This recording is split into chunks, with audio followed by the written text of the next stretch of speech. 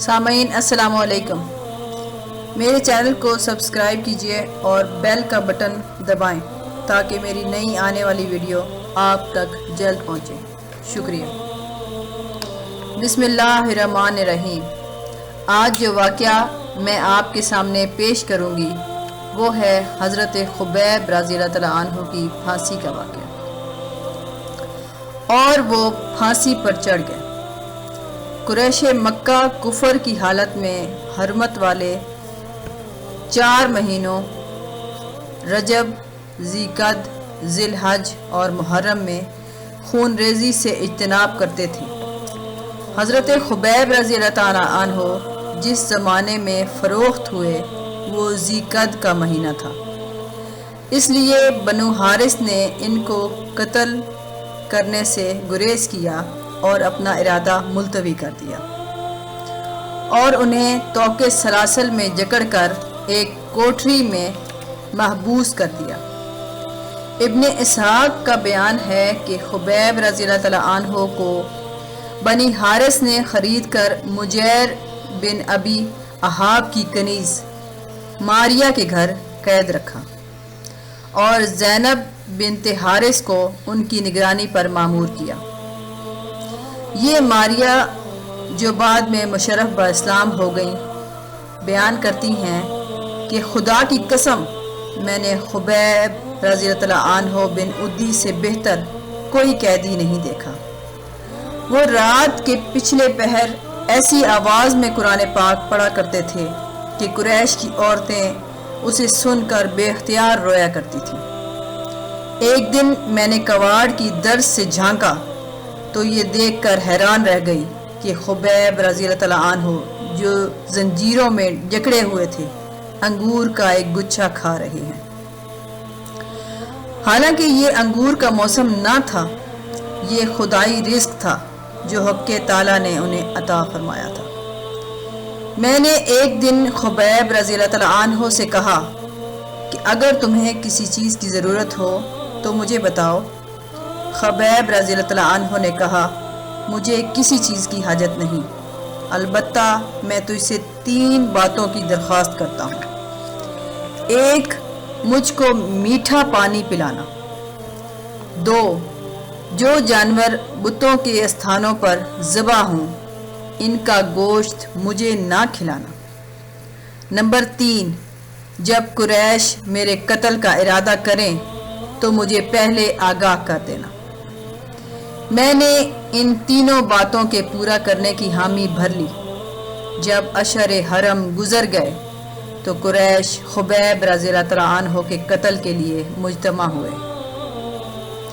میں نے خبیب رضی اللہ عنہ کو قریش کے ارادے سے مطلع کیا تو خدا کی قسم انہیں مطلق ہراساں نہ پایا۔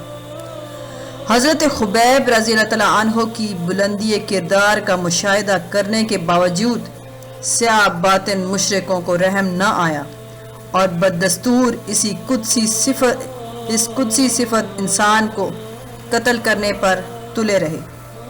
حضرت خبیب رضی اللہ عنہ نے بلا شبہ قریش کے ایک بڑے سردار کو جہنم واصل کیا تھا، لیکن انہوں نے یہ قتل کسی دھوکے اور فریب میں نہیں کیا تھا بلکہ عین میدان کارزار میں مردوں کی طرح لڑ کر کیا تھا۔ اب قریش ان پر قابو پا کر جس بد کرداری کا مظاہرہ کر رہے تھے وہ دنیا کے کسی آئین میں روا نہیں تھا۔ یہ کھلی ہوئی شیطانیت اور بزدلی تھی کہ رسیوں میں جکڑے ہوئے ایک بے بس قیدی کو 20 مسلح آدمی مل کر مارے۔ ایسا فعل تو عربوں کی قومی روایات کے بھی یکسر خلاف تھا، لیکن مشرکین قریش جوش انتقام میں بالکل اندھے ہو گئے تھے۔ انہوں نے اس مظلوم پردیسی کو قتل کرنے کے لیے خاص اہتمام کیا اور طے کیا کہ انہیں سولی پر لٹکا کر نیزوں کے کچوکوں سے ہلاک کیا جائے۔ چنانچہ انہوں نے اشہر حرم گزرنے کے بعد حرم سے باہر تنعیم کے مقام پر سولی گاڑی اور منادی کر کے تمام اہل مکہ کو دعوت دی کہ وہ خبیب رضی اللہ عنہ کے قتل کا تماشا دیکھنے کے لیے تنیم پہنچے۔ چنانچہ سارا مکہ تماشا دیکھنے کے لیے امٹ پڑا۔ یہ لوگ ڈھول اور دف پیٹ رہے تھے، جھنڈے لہرا رہے تھے، نفیریاں بجا رہے تھے۔ یوں معلوم ہوتا تھا کہ کوئی بہت بڑا جشن یا میلہ ہے۔ حضرت خبیب رضی اللہ عنہ کو لایا گیا تو اس ہجوم نے مسرت کے نعروں سے آسمان سر پر اٹھا لیا۔ ہنگامہ داد و رسن برپا کرنے سے پہلے ظالموں نے حضرت خبیب رضی اللہ عنہ سے پوچھا، کوئی خواہش ہو تو بیان کرو۔ حضرت خبیب رضی اللہ عنہ نے فرمایا، میری اور تو کوئی خواہش نہیں ہے، البتہ یہ چاہتا ہوں کہ 2 رکعت نماز پڑھنے کی مہلت دے دو۔ مشرکین نے کہا، پڑھ لو۔ حضرت خبیب رضی اللہ عنہ فوراً خشوع و خضوع کے ساتھ نماز کے لیے کھڑے ہو گئے۔ 2 رکعت پوری ہو گئیں تو فرمایا، میں نماز میں زیادہ وقت صرف کرتا ہوں، لیکن سوچا کہ تم لوگ سمجھو گے کہ خبیب رضی اللہ عنہ موت سے ڈر گیا ہے اور قتل کا وقت ٹال رہا ہے۔ اس کے بعد یہ شجاع ترین مرد مومن سولی کے نیچے جا کر کھڑا ہو گیا اور فی البدی یہ اشعار پڑے، لوگ جوگ در جوگ میرے گرد جمع ہو رہے ہیں، بڑے بڑے گروہ میرے قتل کا تماشا دیکھنے کھڑے ہیں، یہ تمام لوگ مجھ سے عداوت نکال رہے ہیں اور جوش میں بپھرے ہوئے ہیں۔ میں اس قتل میں دست و پابستہ کھڑا ہوں۔ قبائل اپنی عورتوں اور بچوں کو میرے قتل کا تماشا دکھانے لائے ہیں۔ لوگ مجھے ایک اونچی لکڑی کے پاس لائے ہیں اور مجھ سے کہتے ہیں کہ اسلام کو چھوڑ دینے سے تیری جان بچ سکتی ہے، لیکن دین حق چھوڑنے سے مر جانا ہی بہتر ہے۔ میری آنکھیں نمناک ہیں، لیکن میں صبر کروں گا اور دشمن کے سامنے نہ جھکوں گا، کیونکہ میں وصل حق سے شاد ہونے والا ہوں۔ موت کا مجھے ڈر نہیں ہے، ڈر ہے تو جہنم کی شعلہ بار خون چوسنے والی آگ کا ہے۔ عرش اعلیٰ کے مالک نے مجھ سے خدمت لی ہے اور مجھے صبر و ضبط کی ہدایت فرمائی ہے۔ دین حق کے دشمنوں نے مار مار کر میرے گوشت کا بھرتا بنا دیا ہے۔ میں اپنی غریب الوطنی اور بے کسی کی فریاد اپنے خالق سے کرتا ہوں۔ واللہ میں جب اللہ کی راہ میں جان دے رہا ہوں تو مجھے پرواہ نہیں کہ کس پہلو پہ گرتا ہوں اور کیسے جان دیتا ہوں۔ ذات باری تعالیٰ سے امید ہے کہ اگر وہ چاہے تو میرے جسم کے ہر ٹکڑے پر برکت نازل کرے۔ یہ اشعار پڑھنے کے بعد انہوں نے دعا مانگی، الہی ہم نے تیرے رسول برحق کا پیغام لوگوں تک پہنچا دیا، اب تو رسول کریم صلی اللہ علیہ وسلم کو ہمارے حال کی خبر پہنچا دے۔ یہ دعا مانگ کر انہوں نے آسمان کی طرف نظر اٹھا کر دیکھا اور پھر ان کے ہونٹوں پر اپنے قاتلوں کے لیے بے اختیار یہ بددعا جاری ہو گئی، اے اللہ ان میں سے ہر ایک پر اپنا قہر نازل کر اور ان کو پراگندہ کر کے ہلاک کر، ان میں سے کسی کو باقی نہ چھوڑنا۔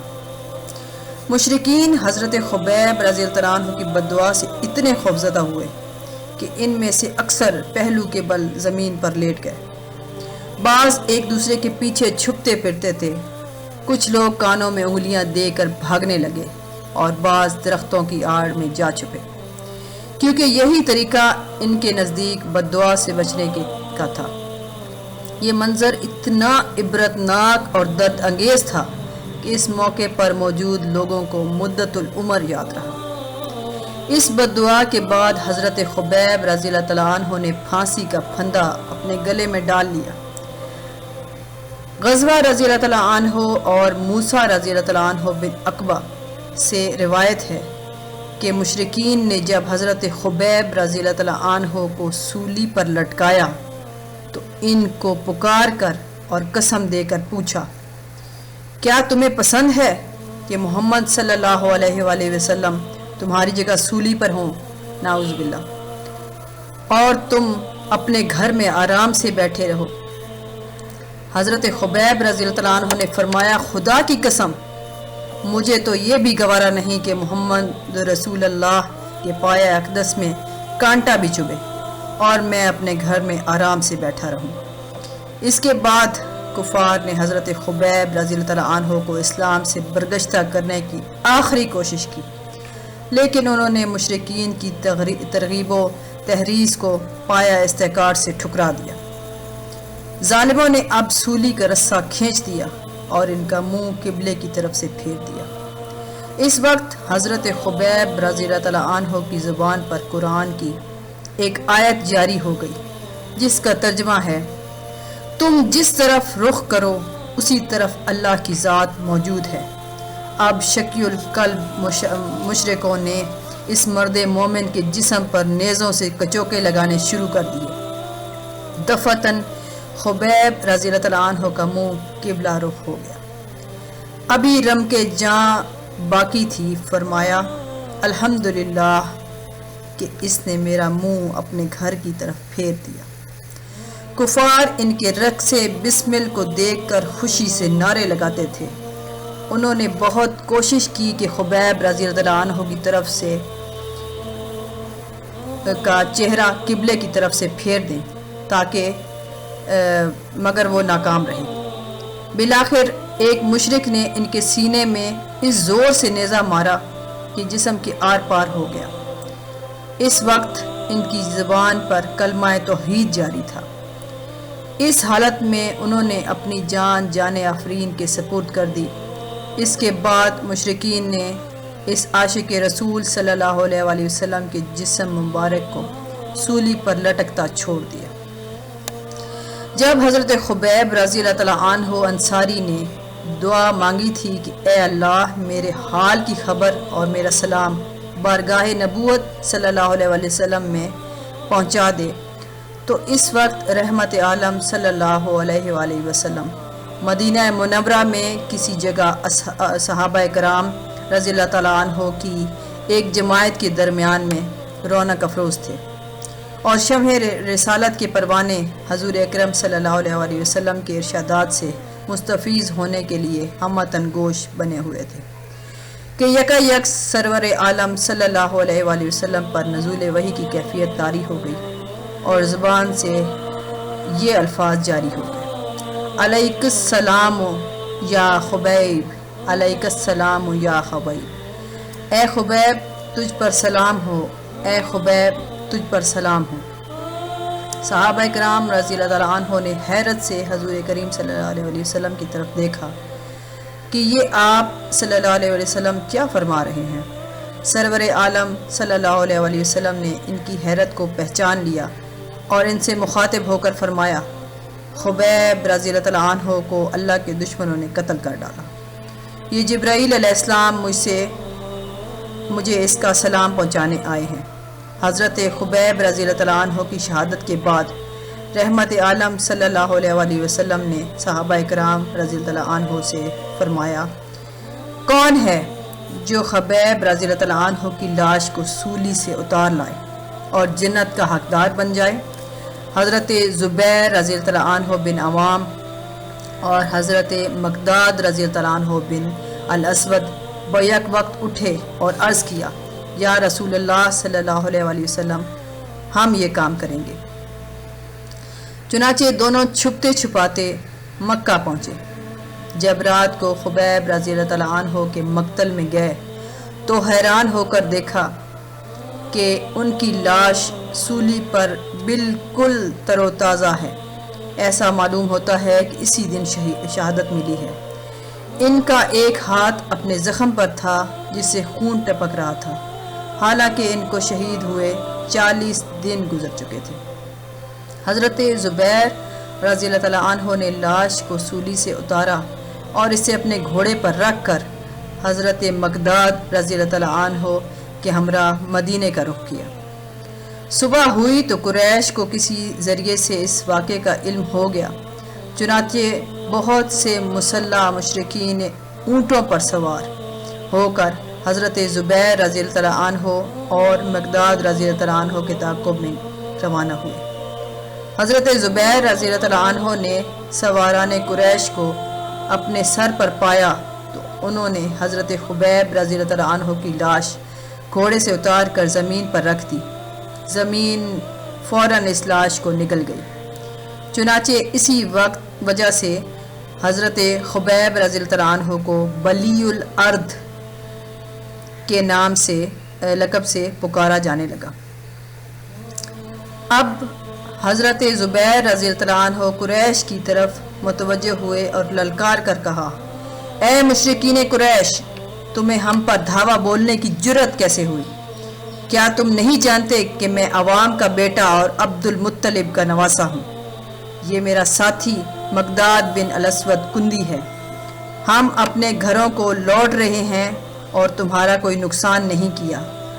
اگر تم تیروں سے لڑنا چاہتے ہو تو ہم تیروں سے لڑیں گے، اگر تلواروں سے لڑنا چاہتے ہو تو ہم تلواروں سے لڑیں گے، واللہ جب تک ہماری جان میں جان ہے ہم تمہیں اپنے نزدیک نہیں پھٹکنے دیں گے۔ مشرکین قریش نے جب دیکھا کہ یہ مردان حق مرنے مارنے پر آمادہ ہیں تو وہ ان سے کوئی تعارض کیے بغیر واپس چلے گئے۔ حضرت زبیر رضی اللہ تعالیٰ عنہ اور مقداد رضی اللہ تعالیٰ عنہ نے جب دربار رسالت میں حاضر ہو کر سارا واقعہ بیان کیا تو حضور اکرم صلی اللہ علیہ وسلم بہت مسرور ہوئے اور فرمایا کہ جبرائیل امین رضی اللہ تعالیٰ عنہ نے مجھے بتایا ہے کہ اللہ تعالیٰ کے فرشتے تم دونوں پر فخر کرتے ہیں، وما علینا الا البلاغ۔